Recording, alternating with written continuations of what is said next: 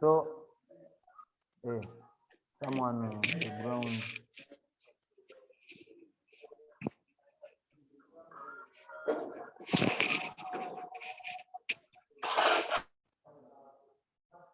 So one other member will join us later as we are going. I don't know where she has gone. That is Aya. Now here, they are saying, this is the polymer chain of polythene. Polymer chain of polythene. They are saying the way you make, these are the chains that are involved in the making of polythene. You look at them dotted like that. This is under a microscopic point of view. If you view it through a microscope, this is what you see. That when you see that polythene, what you see down here is, that's how the whatevers are linked together. So that is the chain they have inside them. Now here, they are saying, in polythene, the polymer chains are not held to each other very strongly. That is in the polythene. This means that polythene is not very strong because the force of attraction between it, that bond, the covalent bond between the molecules, is not strongly held to each other. They are quite loose. That's why when you hold the polythene back, it tears off immediately. And it is contrary to other plastics. You find the plastics like a plastic cup, you can't tear it easily because the covalent bond between those particles are strongly held together by that covalent bond. Here they are loosely held. That is how you see those dotted parts. Even those in nylon, these ones, these are very strong forces. That's why a small nylon, whatever, can even cut your hand because it's not easy to be used. Okay, it is not the forces between the nylon particles are strongly held by that force of attraction. Now here they are saying most plastics are made from crude oil, coal, or natural gas. We have seen that polymers are made from small joint molecules together. That's a polymer. Now, even in crude oil, crude oil is made from this whatever. It's called what? These are petroleum products, isn't it? Like the one in Hoima. That is an example of our oil we are trying to make. Now, let's look at how those whatevers look like.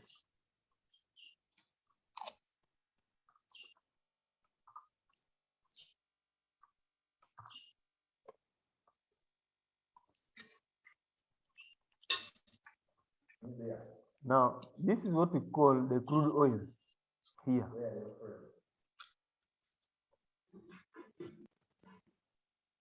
It is as dark as this. Have you seen it?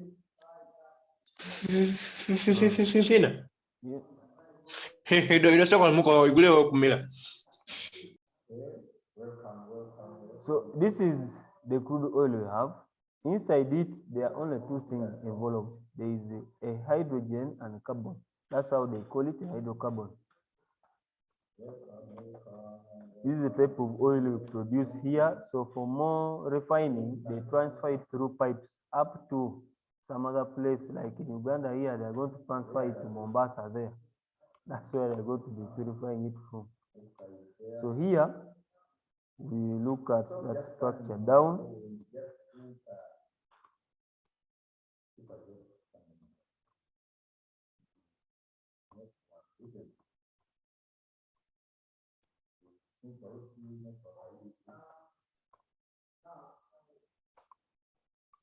So this is what we have here, that they are saying our crude oil, coal, and natural gases, those are where our most plastics are made from.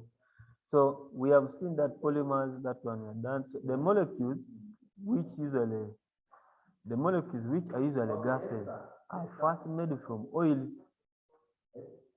So this oil, even ethene, is made from there. Now here, the process takes place at a very high pressure. For you to convert that gas to a plastic, these are the conditions that must be there. It must be at a very high pressure. If you use pressure and with the help of a substance called a catalyst, we looked at a catalyst as a substance that helps a chemical reaction to take place more easily and faster, but itself remains unused during the chemical reaction. This is the definition of a catalyst. It just makes sure that the speed at which these things react is very high, and for itself does not combine with those substances, it remains outside. Actually, if it is war, you just see it catalyzing two people to fight, then it remains there. For it does not get the wounds. Other people who are fighting are the ones who get the wounds. That is the work of that. So very high pressures and a substance called a catalyst will give us what we know as a polymer. So here, in many plastics, there are forces between polymer chains that hold them together. The forces are usually electrostatic. Electrostatic. Is Aya there? Aya? Aya? Yes. Give us a brief description of what we call electrostatic force. The force that pulls electrical instruments together, isn't it? Now, yes. if you use a pen and what to demonstrate an electric force? Paper. A pen and paper. You rub a pen on your head and try to pull them together, isn't it? Yes. So, Ogwang. Ogwang? Yes. You have understood that force? Yes. Okay? So they are saying here those forces are usually electrostatic and are caused by nitrogen or oxygen atoms in a polymer. Okay?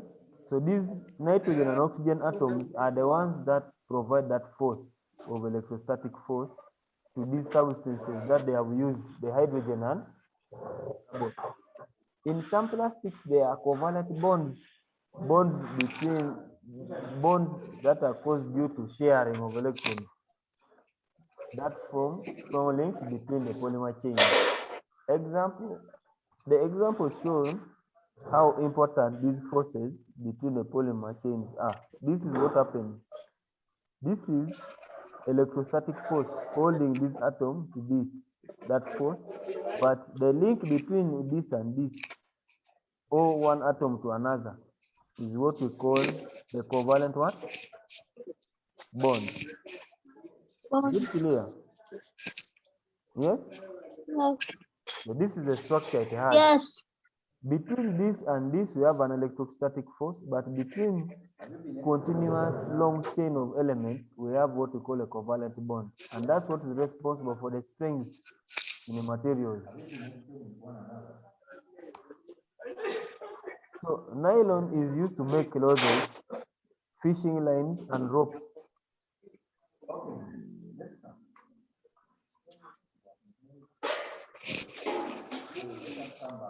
So this is what they are meaning here, that nylon is used to make clothes, fishing lines, and ropes. These fishing lines are fishing nets. Those lines you see in between them, they use nylon. So it is very strong and flexible. The polymer molecule containing some nitrogen and oxygen atoms, which attract each other by electrostatic force, that holds the chain together. That's what is responsible for this strength in the nylon. Oxygen and nitrogen atoms, those ones provide the electrostatic force. But carbon and hydrogen, the ones they use for making this, after heating them at a very high pressure and in presence of a catalyst gives you these nylons. You add this nitrogen and oxygen to provide electrostatic force between the force that can hold those molecules together. So this force makes molecules of the polymer line up in the same direction. That is what is responsible for that. So this force, the electrostatic force, makes molecules of the polymer line up in the same direction. It is the arrangement of molecules in the same direction that makes nylon so strong, because the force of attraction between molecules and are electrostatic and not chemical bonds. So the molecules can slide next to each other. This means that nylon can be stretched quite as a lot without breaking. So that is that. Do we have questions as far as that is concerned?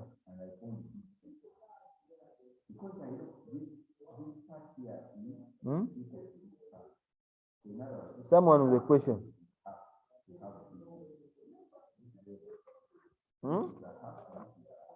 Unmute and ask questions before we go any other. Is there something you have not understood somewhere?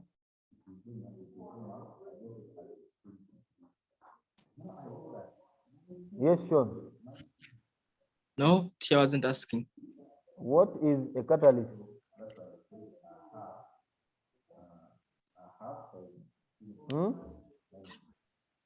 Yes. What is a catalyst?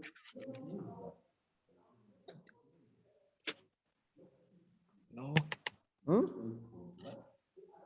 Teacher, I would like maybe more explain more better about the electrostatic forces. Forces. Yeah. Yes, Rosemary.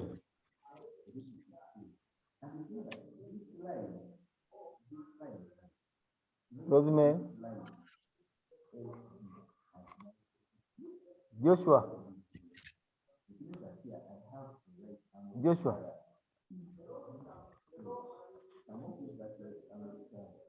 Joshua. Yes. Joshua, what is a catalyst?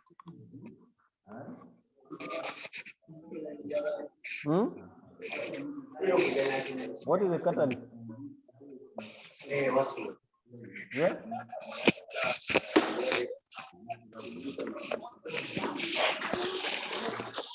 Joshua? Yes, teacher. What is a catalyst?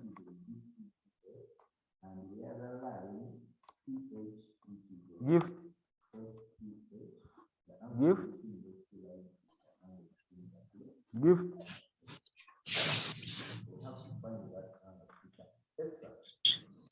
Elizabeth Gift Akankunda.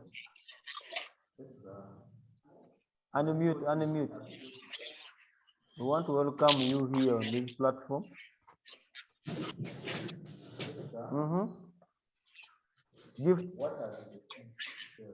Gift.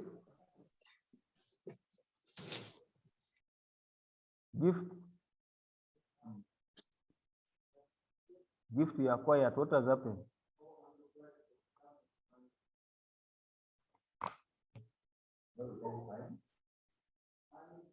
What is a catalyst?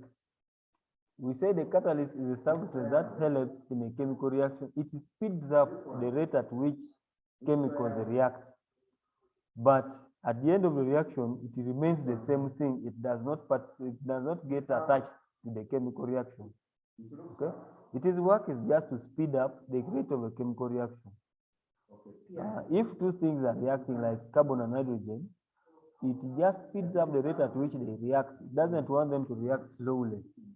Okay? But at the end of the reaction, it remains unchanged. That is what? A catalyst. Now, somebody is telling us about this electrostatic force. These forces are usually electrostatics and are caused by this. So here they are saying electrostatic force, a simplest way of explaining this is you get your pen, especially this plastic. You rub it on the head, tear some pieces of paper and put the small pieces of paper, tear them on the and put them on the ground, rub your pen on the head, and then make it or take it slowly to the papers and see what happens. You will find that the papers follow the pen when you lift your pen upwards. And that is the simplest way you can demonstrate electrostatic force.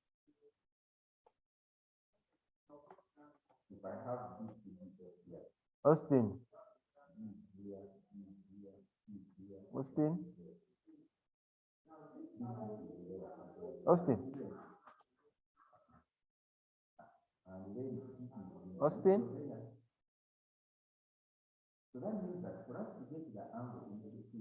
Yes. That is the simplest way. Yes, sir. That's the simplest way you can demonstrate the force. Have you got it?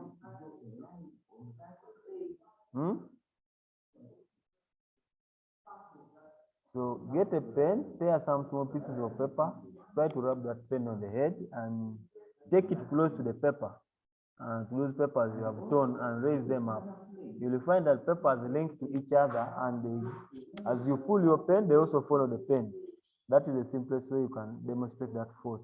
So it is that force that is holding these molecules together. So that is what happens there. So this is the structure of nylon, and when you look at it under a microscope, strong microscopes, not these ones we use from here, you find that this is carbon. So the force linking between carbon and carbon is covalent bond. But between this and this other layer, we have dotted forces, as well, is what we call the electrostatic force. It makes this one slip over this other line. They slip over each other easily. It also includes this one here. So the force between this and this is called electrostatic. This one is electrostatic. But for me, up to here is covalent. It is a bond between this and this. But what is holding this layer and this one, and this one also together, is what we call the electrostatic force. Is it understood? Gift, you have just come. Gift, unmute. Yes. Okay. Now you are alive, I've heard. Yes? Okay. Let's continue.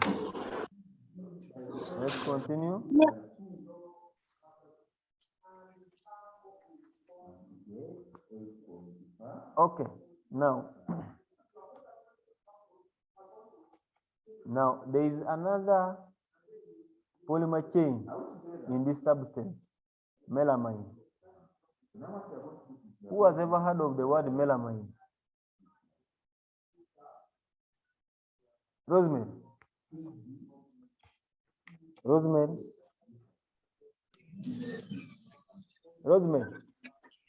Yes.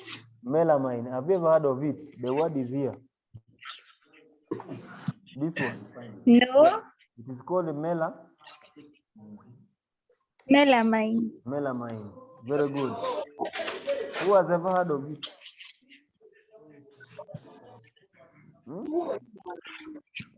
In this group.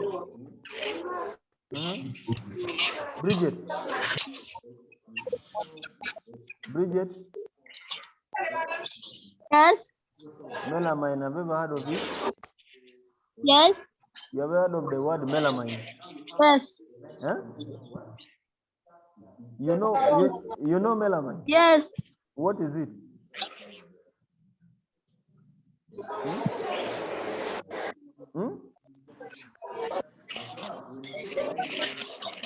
Gift. Yes, teacher. You know melamine? Yes? Yes, teacher. You know the word melamine? Yes. Eh? Yes, teacher. Yes. Okay, what is melamine? Oh, how Melamine is the is it what?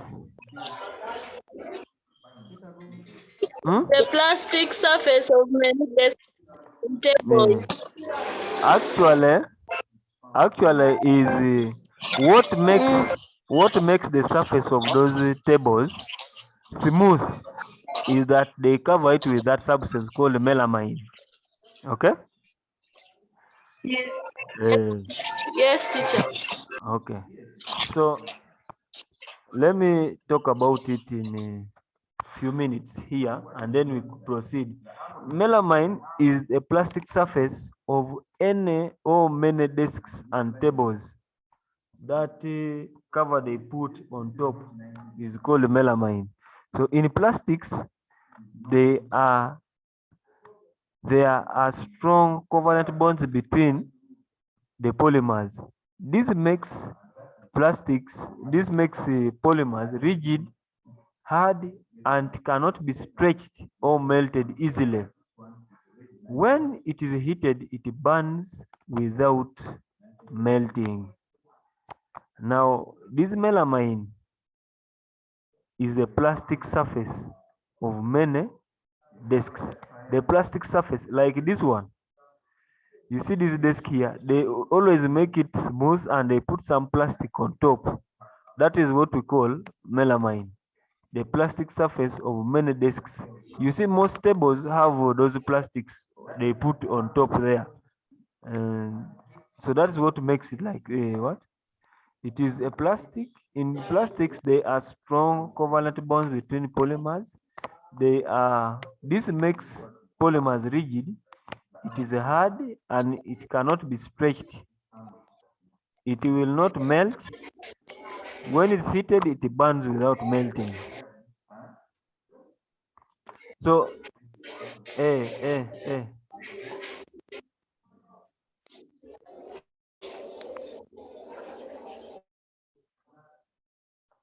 So here is what they are saying, that plastics like polyurethane have polymer molecules very closely joined to each other in a random way. This allows plastics to be squashed or stretched without permanently changing their shape. Now, these are like rubber. They are not all that strong. They can be made into forms like mattress or picture by adding other chemicals to them to react to form the gas like carbon dioxide as a plastic set. Now, what they are saying here is you can join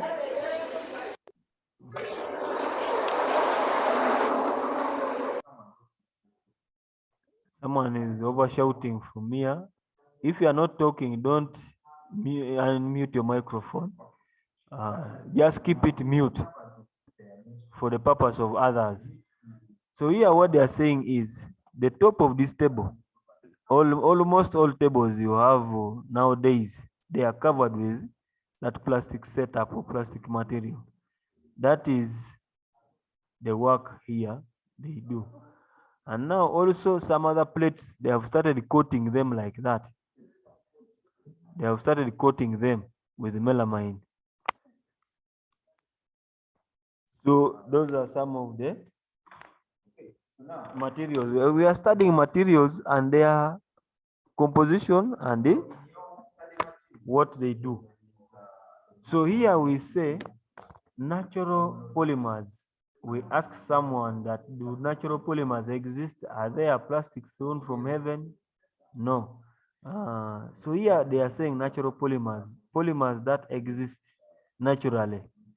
Now here they are saying that plastics have been studying so far for all the process. Plastics you have been studying so far, all are synthetic. Synthetic means they are man-made. All plastics you have studied are man-made. Now, there are so many polymers that occur naturally. There are very many. They are made by living things as they grow. One natural polymer is being made by you at the moment. Your hair, fingernails are made out of it. It is called keratin. Your hair and fingernails are made out of it. It is called keratin. So keratin is one example of a natural polymer. The hair and fingernails are made up of this polymer called keratin. So you will learn more about this polymer when you study wool later in the chapter. There is also whatever called material called wool. You should also look at it down there. So, but here I want to tell you that one very well-known natural polymer is cellulose. Cellulose. Now, if you want to know where cellulose is found, this is a polymer that wood is made up of. It is a polymer. You see wood particles, when you turn them into dust, they are easily turned to dust. But what holds those dust particles of wood together to make that wood material is this polymer called cellulose. So it has a complicated structure made up of atoms of carbon, hydrogen, and oxygen. That is the composition of cellulose. Cellulose are composed of carbon, hydrogen, and oxygen. So these are covalent. There are covalent bonds and strong electrostatic forces holding the polymer chains together. Strong covalent bonds. We looked at covalent force of attraction that involves sharing of electrons. Strong electrostatic force, forces that force between a force that has the ability of holding molecules together. So those are the forces that are responsible for that cellulose in wood. So these chains call up next each other to form a grain of wood, a grain of wood. Because of these forces, bonds and forces holding the molecules together, wood has very, very great strength. So this force of covalent bonds, they share molecules of the same element, share electrons like the ones of wood, and the strong electrostatic force combined together gives us that material that envelopes the wood. That makes up the wood. Okay? And that is what is responsible for the strength in wood. So it is possible to bend it in directions of polymer chains, but it is impossible to stretch it. Actually, when you stretch it, you'll just be breaking it. It is possible to bend in all directions of the polymer chain, but it is impossible to stretch it or break it by pulling it. So the moment you make it, you'll just break it. This is why it is such a useful material. Now, you see this structure. This is how they are arranged. This is how they are arranged. This one layer, another layer like that. So cellulose bends more easily up and downwards in this direction, like this. So these are cellulose molecules in between there. Now, this is why it is possible to bend. You can bend this polymer, but it is impossible to stretch it. Once you stretch these bonds, the cellulose inside here just break up easily. So this is the structure of cellulose in a wood. That's how the materials are. Layer after each layer. In between there, you find cellulose in the middle. So you are studying materials and how they look like. So the wood is crushed. So the wood is crushed. It forms long, thin pieces of cellulose called cellulose fibers. You see them when you get wood and try to pound a little. Those are the things you see, the cellulose fibers. These fibers can be made into paper. Do the next activity and find more about cellulose here. If you do this activity here, now you need newspaper, you need a microscope, you need a magnifying glass. I don't know if these things can be accessed at home. If it was here, you will see. So,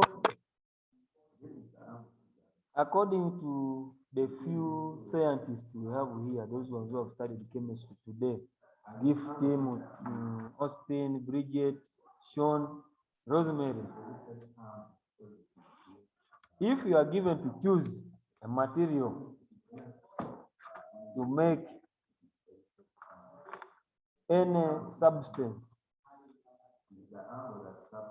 with all those properties you have, is it hard to choose any material?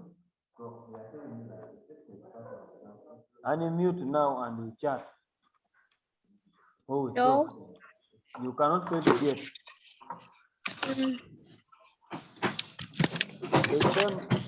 The same question we asked last time is, why is it that why is it hard to make pots using wood material or cellulose?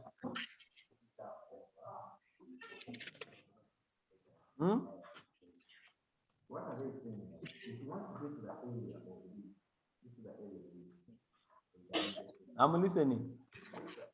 If somebody chooses to make a pot from the wood materials, is it easy? No. So wood is hard. Wood is hard. What about the pot, the clay? Wood using make a pot using wood. Yes, I'm waiting.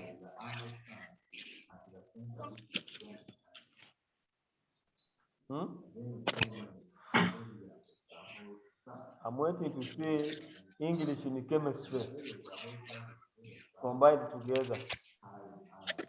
Gift.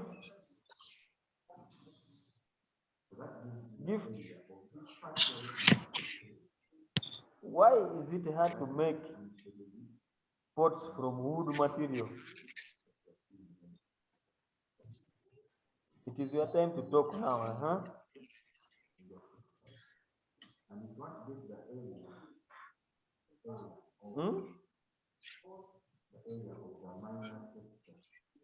Okay, why do they use clay to make pots? What are the properties we looked at? Yes. The properties we looked at when they were making wood from we looked at certain properties of clay soil, isn't it? Teacher, the ceramic. woods can easily. The woods can easily. Teacher, the woods can easily get.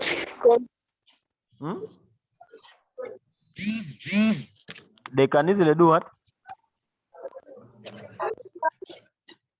The wood. Water may. Teacher, water may pass in the wood. Water may pass in the wood. Because the wood. Yes. Because the wood it can easily.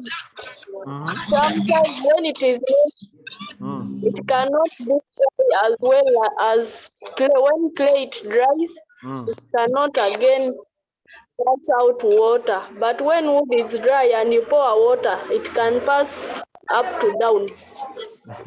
Thank you very much for the good thoughts. Sean. Yes. Sean. Why don't they use wood material for making pots? As for me, I think wood is not good for making pots, because when you're using clay is very soft when you're molding. But wood material is not that effective. Okay. There is noise on the ground. Yes. Aya, your hand is up. Aya?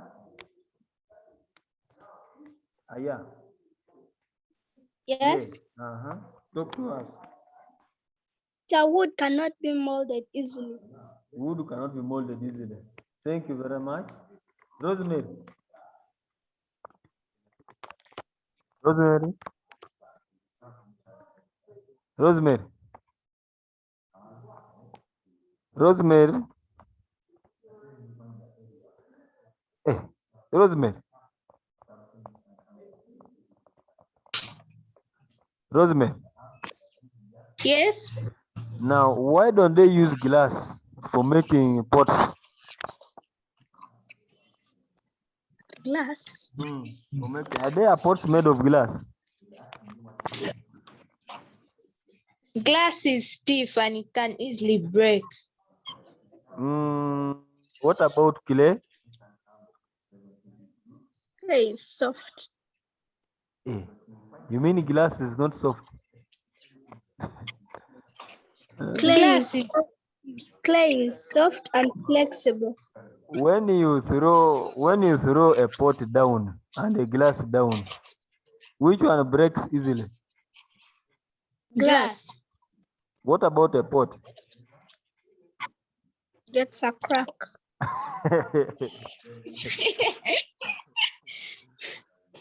People can reason now, I'm seeing. Anyway, it's like when you burn glass, you get it?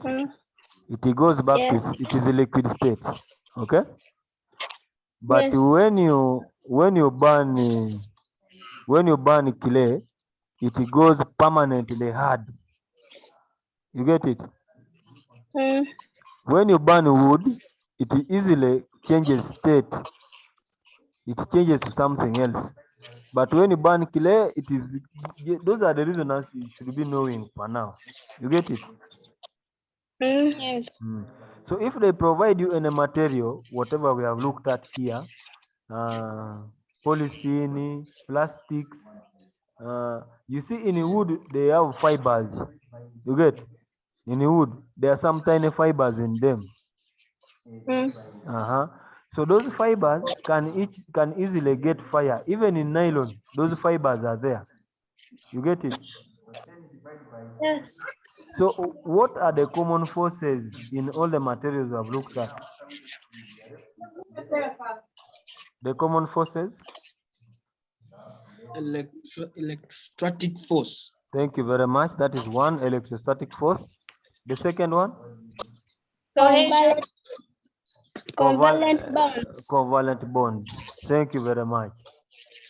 Now, all those forces combined together represents or give us the strength of the material we are going to use for making any substance. Is it clear? Yes. Okay. We have less than a minute to go. When we meet next time, we shall start from mostly fibers and then we shall conclude with these materials. Okay? Yes.